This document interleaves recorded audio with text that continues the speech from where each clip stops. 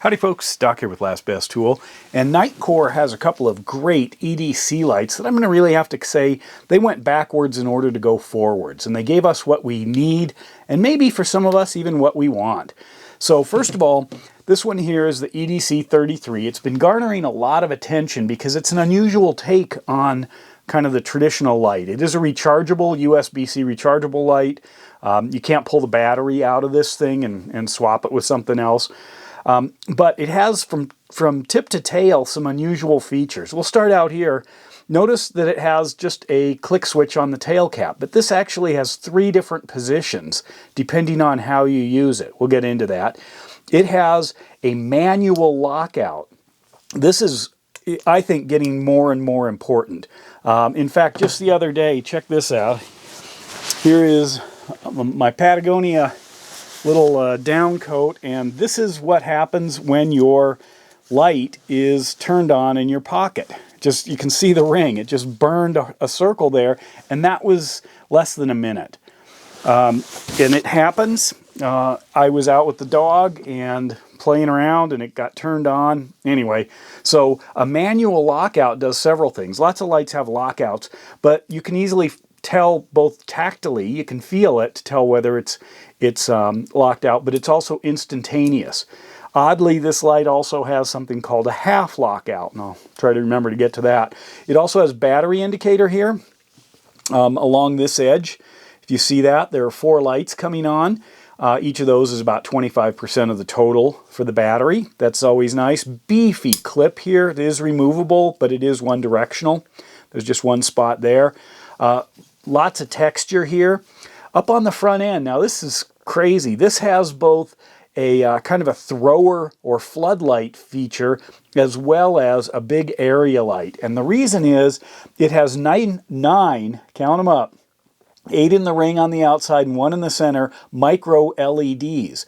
Now generally you get one or the other depending on how you build the light, but to get both of them in the same housing, the same reflector, that's pretty cool. So I get a large light.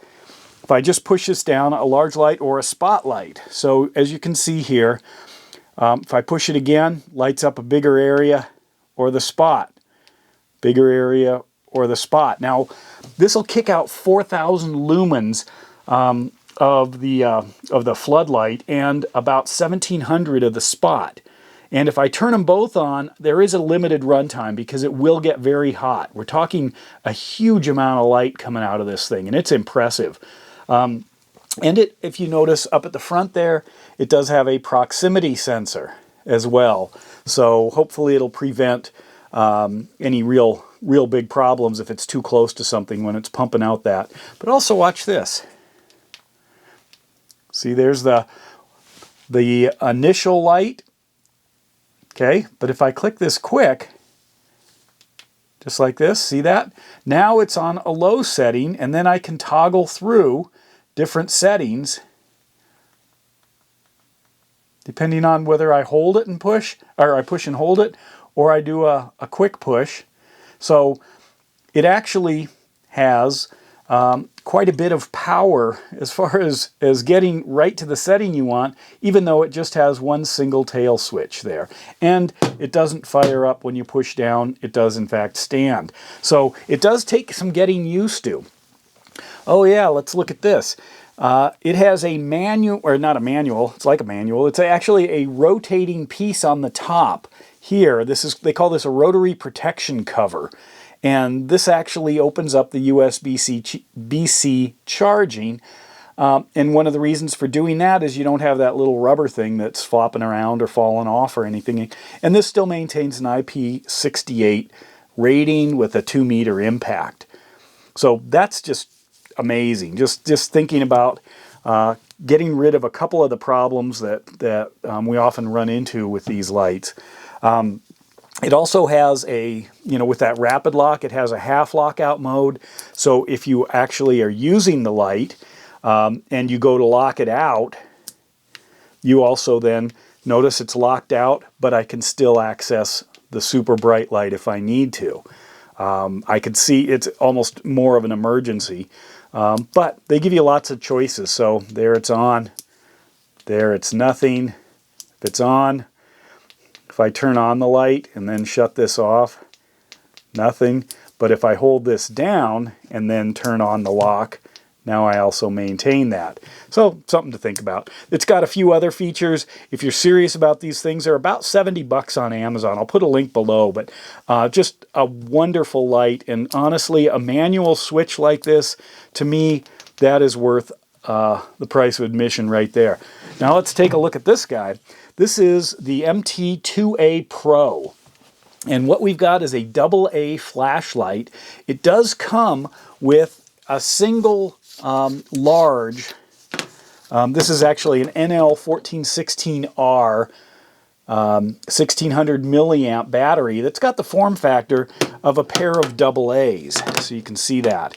And that's because I can either use this rechargeable battery or I can use AA's, and it's not just any AA. It's, well, it is any AA. Anything you want. I can use the lithiums, I can use the different kinds of rechargeable batteries, alkaline batteries, whatever I've got. Now, a lot of times with these lights that have interchangeable, or the potential for interchangeable batteries, they try to move the USB-C charging port off and put it on the battery, as you can see here. And that's so you don't accidentally try to charge up a set of alkaline batteries or something else and ruin your light. So I can easily drop this long one in here, or any of these. Now, also, that gives me two different sets of specs. So I've got 1,000 with this, with the NL1416R. I've got 1,000 lumens, throttles down, but the runtime on that, starting out at 1,000 with that battery fully charged, is about 1.5 hours. And then I've got a little under 3 hours on a 300 lumen. 300 lumen setting, the medium setting, and then it goes down to a 50, which is its lowest, and that one gives me 20 hours off that main one. If I switch to an alkaline or some other AA battery, I'm probably going to get around 500 lumens as my top end, maybe run at about 2 hours, and then 60 lumens for 11 hours off of my AA's. So it gives you a lot of opportunities. A lot of people, you know, I want to start out with my fully charged maximum battery in here, but if it's a long trip, I may want to have a backup. And I don't want to bring another light or be able to charge it, you know, or have to charge it. So that's great. Great profile here, two-way pocket clip, plus lanyard, simple design. Doesn't really tail stand here, and you can't fire it because it's got the little shoulders right there. Anyway, oh, going back to this guy for a second, I've got also, I've got my 4000 max on the floodlight, I've got 1700 on the searchlight, and then I also have a 1200 high, a 300 medium, a 70 lumen low, and then 5 lumens as kind of that moonlight setting. And on that 5 lumens, I'm getting about 63 hours of runtime. So non-stop for days. 5 lumens is not 1 lumen. You know, and if I'm going to get well over a day at 70 lumens. So easily make a good trip with that guy. Anyway, I'm just pleased looking at different Nitecore lights, just how they are taking innovation to the next step and really pushing it, even if they have to go, in this case, maybe backwards in order to go forwards. So good on Nitecore. And with that, Doc out.